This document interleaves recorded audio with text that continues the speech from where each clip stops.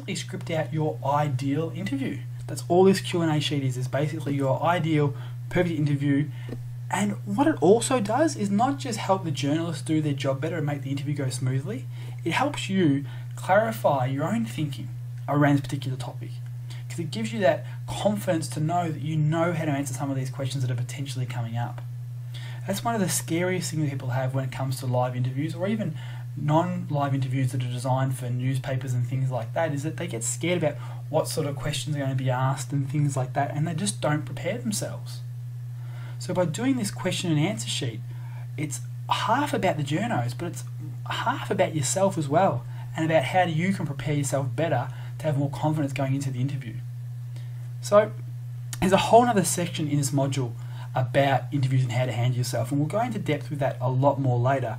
But what I still want to cover in this session is the bio sheet. And what the bio sheet is all about is giving the journalist a little bit more background information on you, really selling your credentials. So you can put in things like website links and your education and a lot of background information about you to support why you are the person to be speaking about this particular topic.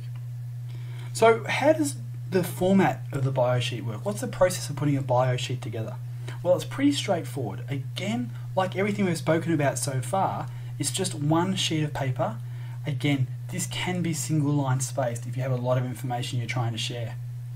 You can also include a photo of yourself if you want to, but again, just like the press release, no fancy clip art or any sort of fancy borders or anything like that. Just keep it plain, clear and simple. And again, like any good sales letter, because this is again is just selling you on why you should be interviewed, it needs a headline. And in this case, the headline can be pretty straightforward and simple.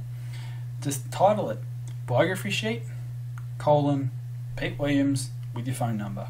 Plain, simple, sharp, tells the reader exactly what it is.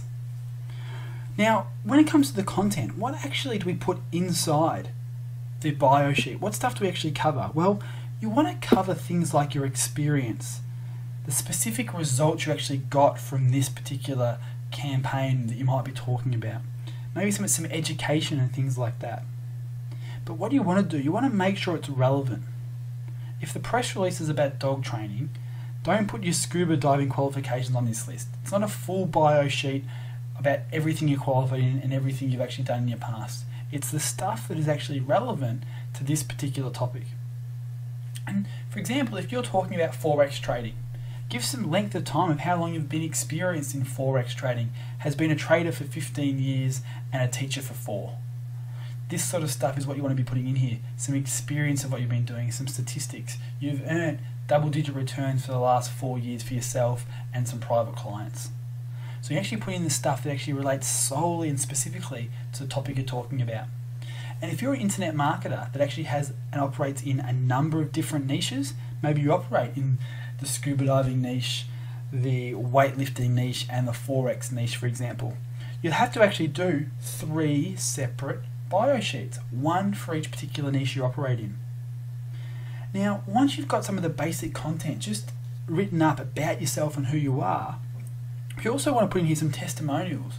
Again, it just gives you that third-party social proof that'll actually really, again, reinforce why you are the expert. It's all about backing up the claims you're already making with testimonials. Try and make these testimonials, like any testimonial, as quantitative as possible. So a good example might be, a testimonial from Bill of Arkansas.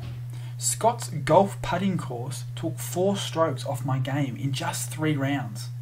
Very specific, very detailed, clearly explains that you have taught other people how to actually reduce their stroke. So when you send this press release to the golf magazines, it's going to again reinforce who you are and why you should be listened to and why you're worth writing an article or having an article featured about you. You can also show other logos from media outlets you've already been featured in.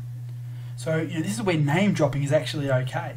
Along the bottom of the bio sheet, by all means, as you get experience, has been recently interviewed and featured in, and then list the logos of the various magazines and radio stations and things like that, because it's all about social proof here. The more you can prove that you are an expert, the other people have again already done their due diligence on you and have actually had you featured somewhere as an interview or an article. it's going to reinforce to these other media outlets that you're worth talking to, because they want to make their lives easier and piggyback off other people's hard work. And that's how this positive perpetual cycle actually happens.